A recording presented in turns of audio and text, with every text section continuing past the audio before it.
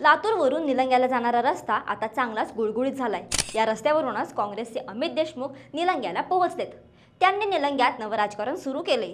काँग्रेसच्या अशोक पाटील निलंगेकर यांचा पत्ता कट केलाय। दुसऱ्या अर्थाने स्वतःच्या मार्गातील एक काटा अमित देशमुख यांनी काढला आहे। तर दुसरीकडे आपल्या विश्वासातील अभय साळुंखे यांना उमेदवारी देऊन संभाजी पाटील निलंगेकरांवर कुरघोडी करण्याचा प्रयत्न चालवलाय। निलंग्याच्या राजकारणात नेमकं काय सुरू आहे? अमित देशमुख संभाजी पाटलांना नेमका कसा शह देऊ पाहताय आणि या शहकटशहाच्या राजकारणात कोणाची सरशी होणार हेच आपण आजच्या या व्हिडिओतून पाहणार आहोत। नमस्कार, मी मृदुला आणि तुम्ही पाहताय थोडक्यात। विधानसभा निवडणुकीचा माहोल ऐन रंगात आलाय। तसं मराठवाड्यातील राजकारण सुद्धा तापायला सुरुवात झाली।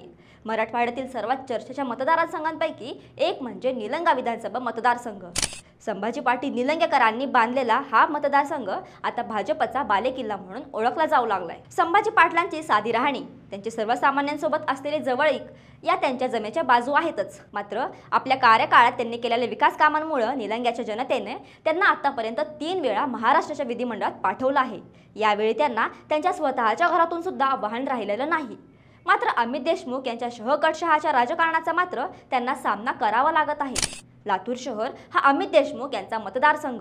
मात्र अलीकडच्या काळात आपल्या मतदारसंघापेक्षा त्यांचं जास्त लक्ष निलंग्यात असतं असं म्हटलं तर वावगं ठरणार नाही। भाजपची एकूण परंपरा पाहिली तर ती छोटे छोटे मॉडेल डेव्हलप करण्याची असते। निलंगा मॉडेल हे त्यापैकीच एक मानलं जातं। शेजारच्या लातूरमधून आठवड्यातून एकदाच नळाला पाणी येत असताना निलंग्यात मात्र रोज नळाला पाणी येतं। दुसरी महत्त्वाची गोष्ट म्हणजे संभाजी पाटलांनी रेल्वे बोगी तयार करण्याचा प्रकल्प सुद्धा आपल्या कार्यकाळात आणला आहे। ही 2 उदाहरणं निलंगा पॅटर्न समजावून सांगण्यासाठी पुरेशी आहेत। मात्र अशा प्रकारचे मॉडेल विकसित करणाऱ्या संभाजी पाटील निलंगेकरांना अमित देशमुखांचा विरोध वाढला आहे। एका अर्थी स्वतःची रेष मोठी करायची सोडून अमित देशमुख दुसऱ्याची रेष पुसायच्या मागे लागले आहेत। यासाठी अमित देशमुखांनी संभाजी पाटील निलंगेकर यांच्या विरोधात डाव टाकला आहे। हा डाव आहे शिवसेनेच्या अभय साळुंखे यांना काँग्रेसमध्ये आणून उमेदवारी देण्याचा। या खेळीमुळे अमित देशमुखांनी एकाच दगडात 2 पक्षी मारले आहेत। पहिलं म्हणजे अशोक पाटील निलंगेकर यांचा पत्ता कट झाला आणि त्या जागी आपल्याला समर्थन देईल अशा अभय साळुंखे यांना तिकीट देण्यात आलं आहे।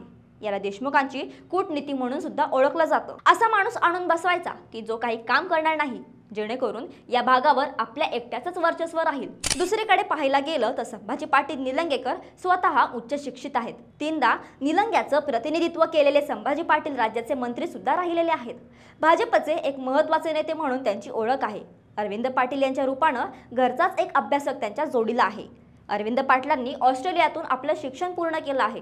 ते देश-विदेशात अनेक ठिकाणी अर्बन डेव्हलपमेंट आणि टाउन प्लॅनिंगसाठीचं मार्गदर्शन करतात। त्यांच्या याच शिक्षणाचा फायदा संभाजी पाटील करून घेत आहेत। निलंग्यासाठी ही चांगली गोष्ट असली तरी अमित देशमुख यांच्या राजकारणासाठी मात्र ही नक्कीच चांगली बाब नाही। अमित देशमुख यांच्यासाठी आणखी एक धक्कादायक बाब म्हणजे अर्चना पाटील चाकूरकर यांची उमेदवारी आणि त्यांच्या पाठीशी भक्कमपणे उभे असलेले संभाजी पाटील निलंगेकर। निलंग्याच्या राजकारणात लक्ष घालता घालता स्वतःच्या होम ग्राउंडवरच अमित देशमुखांना झगडावं लागतं। निलंग्यात नुकतीच नितीन गडकरींची सभा झाली। या सभेत बोलताना तुम्ही संभाजी पाटलांना पुन्हा विधिमंडळात पाठवा, आम्ही त्यांना मंत्री करू असा शब्द नितीन गडकरींनी दिला आहे। त्यामुळे महायुतीचं सरकार आल्यास संभाजी पाटील यांचं मंत्रिपद पक्का आहे। तुलनेनं अभय साळुंखे यांना निवडून देणं म्हणजे लातूरला बळ देणं असं सध्याचं चित्र आहे। या शहकटशहाच्या राजकारणात कोण विजयी होतं हे पाहणं महत्त्वाचं आहे। मात्र निलंगेकरांचा फैसला नेमका कुणाच्या बाजूनं हे कळण्यासाठी आपल्याला येत्या 23 नोव्हेंबरचीच वाट पाहावी लागणार आहे।